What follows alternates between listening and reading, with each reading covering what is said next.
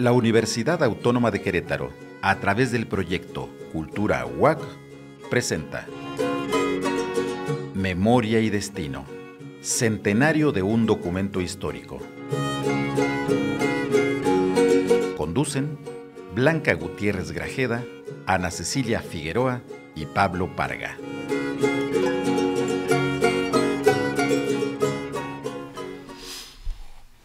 Nos encontramos grabando este programa aprovechando la visita del doctor José Enciso Contreras, quien nos visita de Zacatecas, del Poder Judicial, del área de investigación histórica, el Congreso Constituyente como tal, la juventud de los integrantes. En promedio, la edad de los integrantes andaba entre 28 y 30 años de edad, sí, más o menos. Había unos muy jovencitos, ayer nos decía algunos de 23, 24 años. ¿Qué nos dice ese dato? Bueno, ante todo, gracias por esta invitación y esta cálida estancia en Querétaro. Yo siento que este constituyente, como todos los buenos constituyentes que en el mundo han sido, surge de una revolución. Y es más o menos una ley social que las juventudes cumplan un papel importantísimo en cualquier movimiento revolucionario. Y México no escapó a ese condicionante en el constituyente de Querétaro. Tan es así que muchos de los combatientes principalísimos eran también jóvenes. Nunca o pocas veces reflexionamos acerca de la edad de Zapata o de la edad de Villa. Es decir, Villa, por ejemplo, apenas rondaba los 40 años. Y estamos viendo que es un hombre que en plena segunda juventud o primera madurez, era un hombre que organizó el ejército popular revolucionario más grande de que se tenga memoria en América Latina, por ejemplo. Entonces, tanto en el ámbito militar, si revisamos las edades de Obregón, que era muy parecida a la de Villa, de los grandes militares, estamos hablando de una revolución de juventudes. No solo de ellas, desde luego. Tenemos que reconocer, por ejemplo, que la figura del primer jefe, sí, hasta gráficamente, representa una especie de papá pitufo de la revolución, ¿verdad? Es decir, su luenga barba, que nunca se quitó. Yo creo que también, esto alguna vez me he puesto a reflexionar de por qué tener esa barba cana, porque se daba la impresión de madurez, que la tenía además. Era un hombre que conoció las entrañas del porfiriato y que pasó ese parteaguas de la revolución para proyectar la idea que tenía del liberalismo decimonónico al siglo XX. Pero efectivamente fue la juventud la que desarrolló esta revolución y la que reflexionó acerca de su proyección jurídica y política. Así es. Sí, en el caso de Querétaro tenemos uno de los gobernadores en el periodo revolucionario, el doctor José Ciuró, muy interesante porque también muy joven, pero él se caracterizó por dirigir uno de los primeros movimientos estudiantiles antiporfiristas en la Ciudad de México, desde la Escuela de Medicina. Los reprimieron, estuvo en la cárcel y demás, pero también es un personaje muy joven, ultra jacobino. Cuando estuvo aquí en Querétaro, pues implementó las medidas más duras en contra de la Iglesia Católica, a diferencia de Federico Montes, que fue un poco más moderado. También tolerante, jacobino, pero un poco más moderado. La juventud en el Congreso. Bueno, pero es que hay otro ejemplo que también me asombró mucho. Es el caso de Antonio Díaz Soto y Gama. Ah, sí, un personajazo.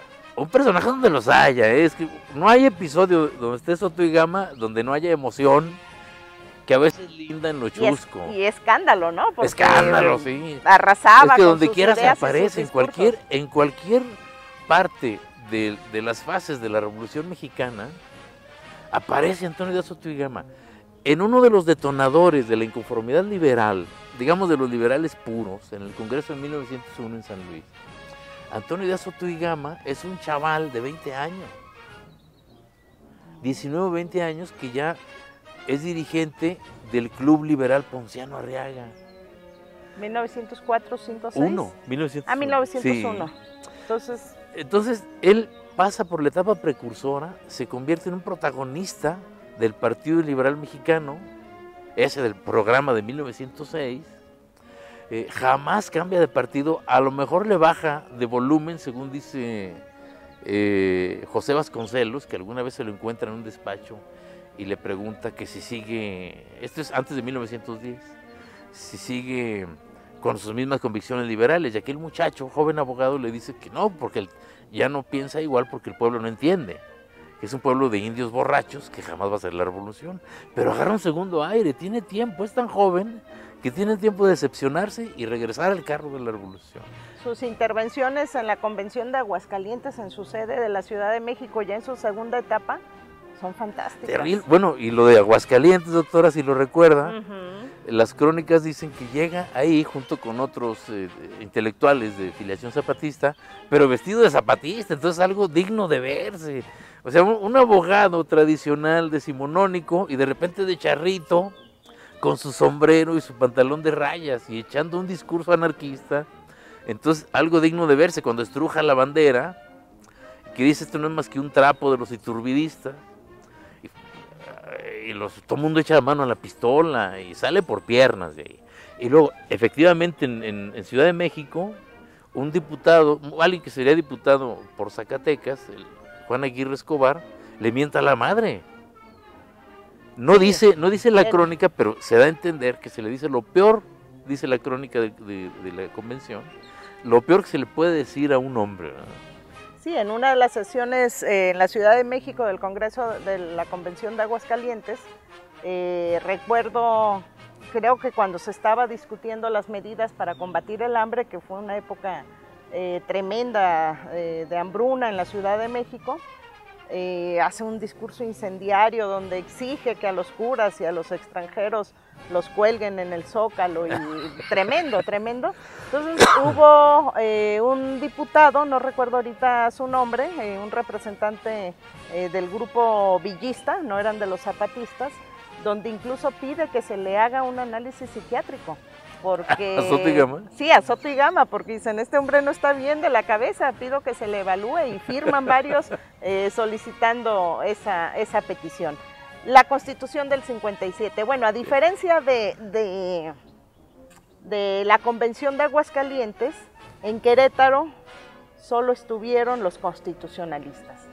En Aguascalientes se intentó una convención democrática, representativa, con las diversas fuerzas, naufragó, quedaron solos villistas y zapatistas, y en Querétaro solo constitucionalistas. No fue un congreso representativo de la diversidad revolucionaria, ya no se diga de la diversidad de México, solo una facción, pero el resultado fue muy interesante. Sí. Bueno, déjeme decirle que hubo algunas excepciones muy soterradas. Juan Aguirre Escobar, este representante por Zacatecas, que le había mentado la madre a Soto y Gama ruidosamente y en plan ebrio en Ciudad de México, él había sido representante de un hermano de Eulalio Gutiérrez.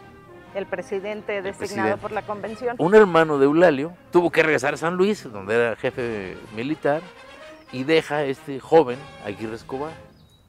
Él estuvo en Aguascalientes y estuvo también en Querétaro. Pero al momento de discutir sus credenciales, para ver si no estaba impedido, porque haber sido convencionista era un impedimento, sí, entre claro. otros, no dice nada de ese episodio. Cuando se aprueba su credencial, entonces sí dice, yo estuve en la convención, representé a los hermanos Gutiérrez y tengo la autoridad moral de conocer la revolución, y además era un coronel para ese tiempo que bombardeaba, pero con catilinarias, eran terribles los anatemas que lanzaba contra los renovadores, por ejemplo. Hubo alguno que otro que se coló, pues, ¿verdad? Y ya cuando se dieron cuenta del tamaño de las catilinarias que le echaba encima, los renovadores decían, bueno, pues ya como lo corremos, ya lo probamos, aunque hubiera sido constituyente. Pero efectivamente se ha reprochado mucho al Congreso de Querétaro, no solamente los historiadores, que a veces creo que pecamos de puristas. De puristas y de no ponernos en los zapatos de las personas coetáneas. De las circunstancias del Que momento. estuvieron ahí, ¿verdad? Que es muy injusto juzgar las cosas a toro pasado. Pero el principal cuestionamiento hecho por la reacción auténtica, la clerical, la antirrevolucionaria, la huertista, La que estaba en Estados Unidos. la que estaba en Estados Unidos y la que estaba en La pudo Habana. irse, ¿no? Decían que efectivamente era un congreso que no tenía legitimidad porque solo representaba una visión de la Revolución Mexicana. Hay escritos de ciertos liberales más o menos de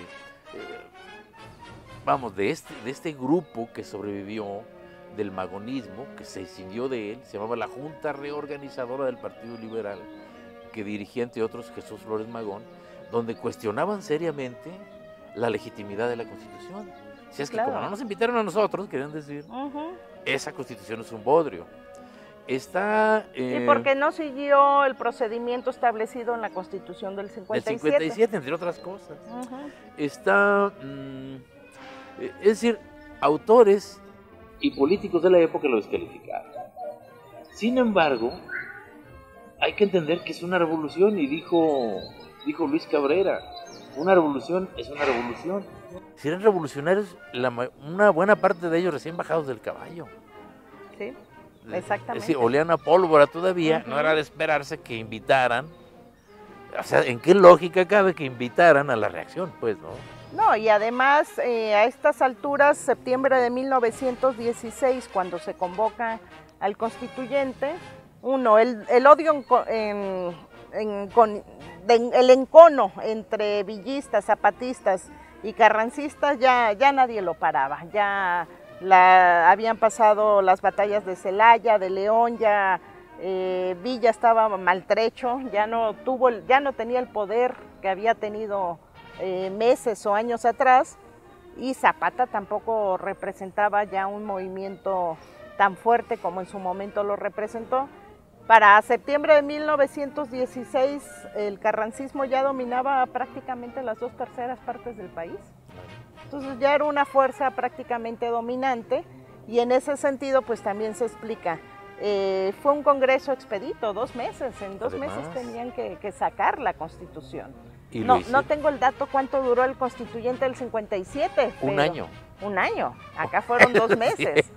Un año, pero con todos los inconvenientes que tuvo. Recuerdo pues algunos estudios clásicos sobre ese Congreso Constituyente, en donde se menciona que el ser un periodo tan largo, tan laxo en la elaboración de la Constitución de 57, trajo consigo otros problemas, entre otros el gravísimo ausentismo de los diputados. Así que fue un Congreso que normalmente estaba vacío. Solo las gentes más conscientes permanecían discutiendo las cuestiones constitucionales.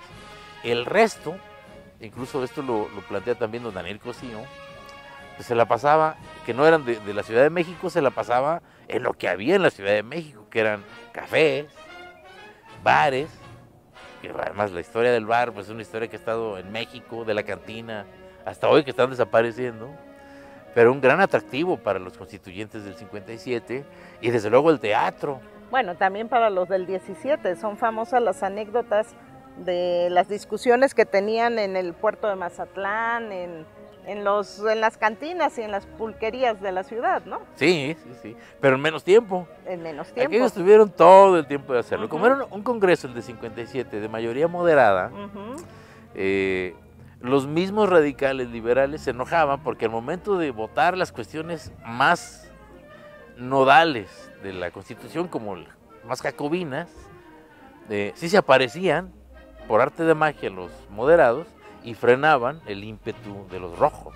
Sí, claro. Ese era uno de los grandes problemas que tenían, pero esto nos habla también de que si eran tan proclives a la pachanga, es que también se trataba de un congreso en donde la gran mayoría también eran jóvenes.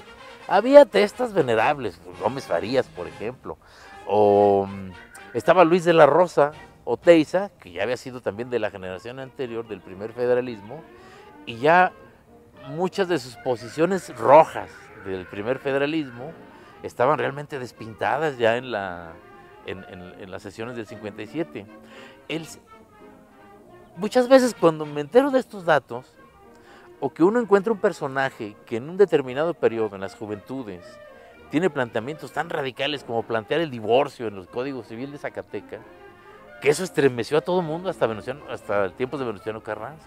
¿Cómo vamos a permitir el divorcio civil, verdad? Para empezar, el matrimonio civil ya era cuestionable. Ya era un problema, y no el divorcio. Planteando expropiación de bienes del clero en Zacatecas de 1827 y 28, pero acá en la Constitución de 57, haciendo planteamientos realmente, pues, digamos, bastante moderados, ¿no? En torno a la tolerancia de cultos, decía que no debería aceptarse, porque en Estados Unidos la tolerancia de culto había degenerado en un país pues muy extraño, muy complicado. Es decir, el seguimiento de la evolución o involución ideológica de los personajes, especialmente de aquellos que están en grandes coyunturas, dos veces, creo yo que es un campo de investigación muy seductor. No sé qué piensa usted, pues, pero hay personajes cuyo seguimiento es, el seguimiento de su pensamiento es en gran parte seguir la evolución o involución del pensamiento político en México. Otro que me encuentro así es González Ortega, por ejemplo, que no estuvo en el constituyente de 57, pero es de esa generación. Si no es que gana la guerra González Ortega, pues no hay constituyente. Pero es curioso ver cómo en determinados documentos o cartas su pensamiento evoluciona, y estos liberales de esta generación sí se radicalizan de lo moderado a lo radical, ¿verdad? Pues creo pues que hay similitudes, pero también grandes diferencias entre un constituyente y otro.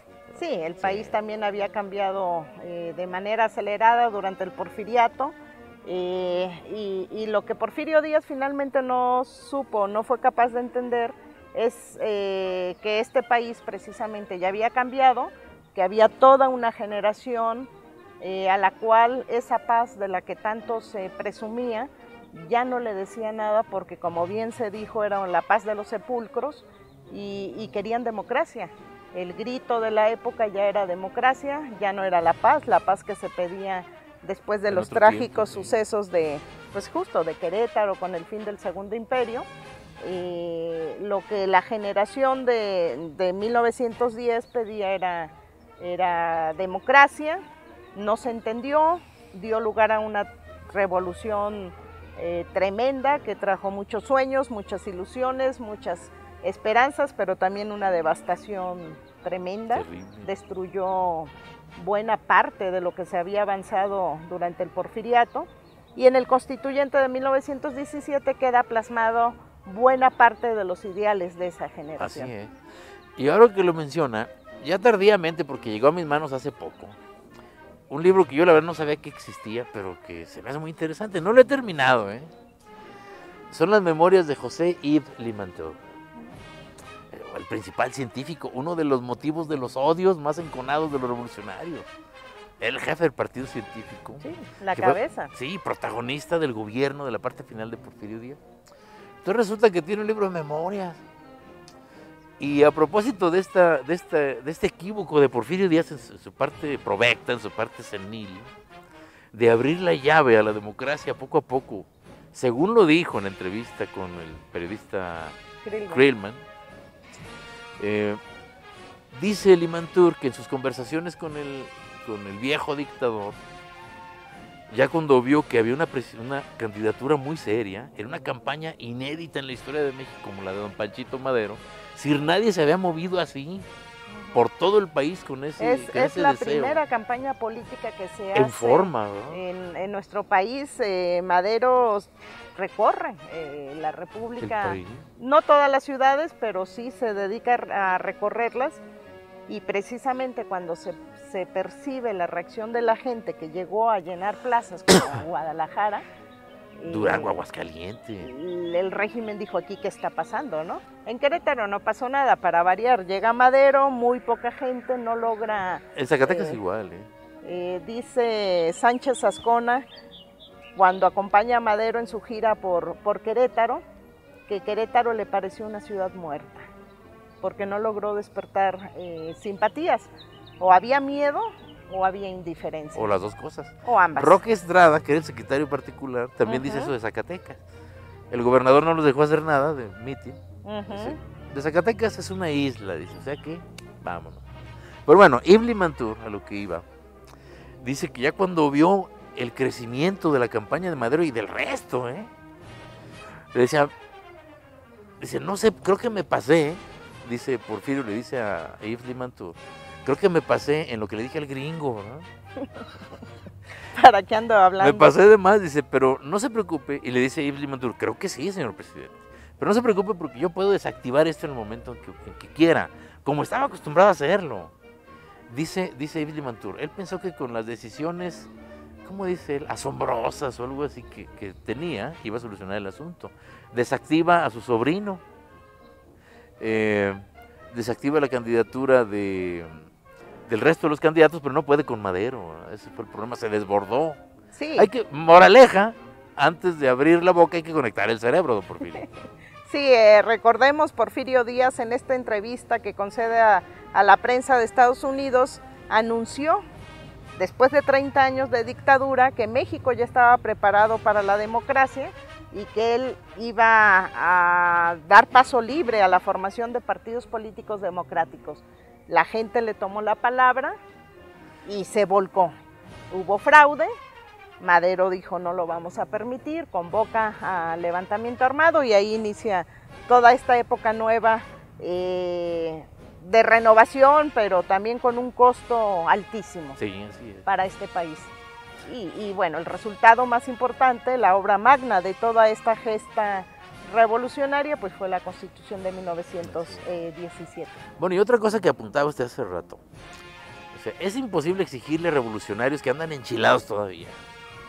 Andan enojados. Ve uno los debates, especialmente la parte de aprobación de credenciales. Es una dimes y diretes terrible, se dicen hasta de lo que se van a morir. Entre ellos. O sea, de lo que se piensa que es una facción del constitucionalismo, realmente sí, pero no. O sea, decía Obregón en una frase célebre, semos de los mismos, pero andamos divididos. Y se muestra claramente en el Congreso. Entonces, no puede hacérsele un reclamo al constitucionalismo de no convocar a los demás porque es una facción revolucionaria. Quien no entiende lo que es una revolución, entonces, que se ponga a exigirles democracia a ellos. Pero de cualquier forma hicieron el esfuerzo de legitimar el enorme gasto de vidas humanas que representó en los movimientos, las fases de la revolución. Claro, y además el Congreso, recordemos, si bien estuvo representado exclusivamente por los carrancistas, había una diversidad ideológica, una diversidad en profesiones, aunque en su mayoría jóvenes, pero también habían representantes de diversas generaciones, pero también tenemos abogados, arquitectos, actores, campesinos, mineros, en fin, la gama que estuvo reunida. ¿Y un extranjero? ¿El cubano? El cubano. Martí se apellidaba, sí, ¿no? Exactamente. Hasta Martí, que a punto estuvieron de rechazarle su credencial, pero finalmente Pero había dicho el primer jefe que quería que estuviera. Así fue.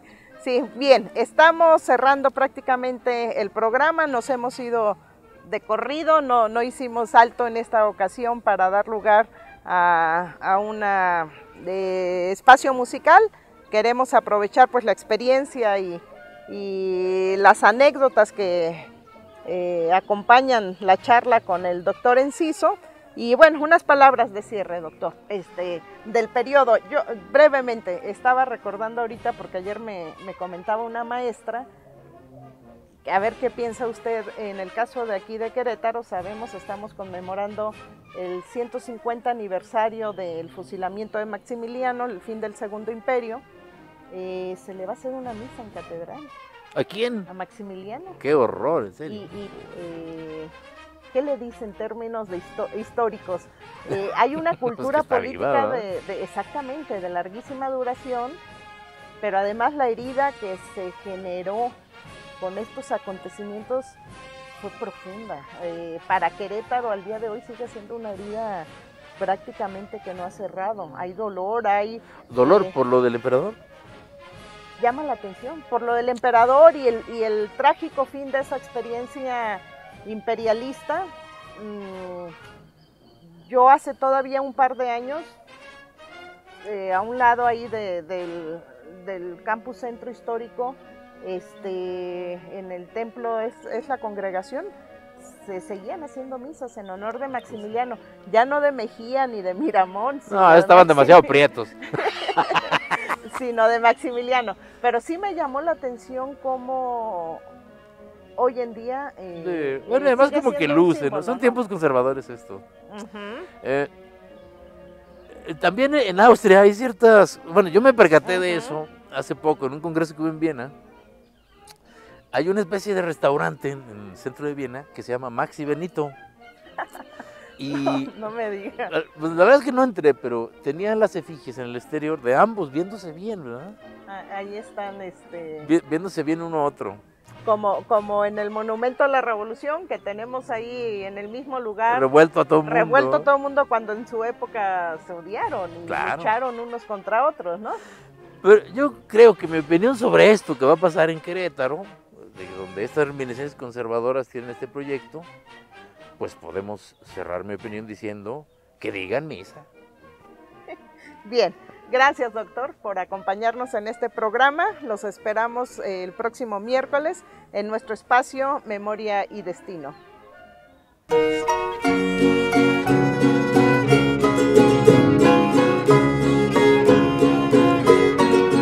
La Universidad Autónoma de Querétaro, a través del proyecto Cultura UAC, presentó Memoria y Destino, centenario de un documento histórico.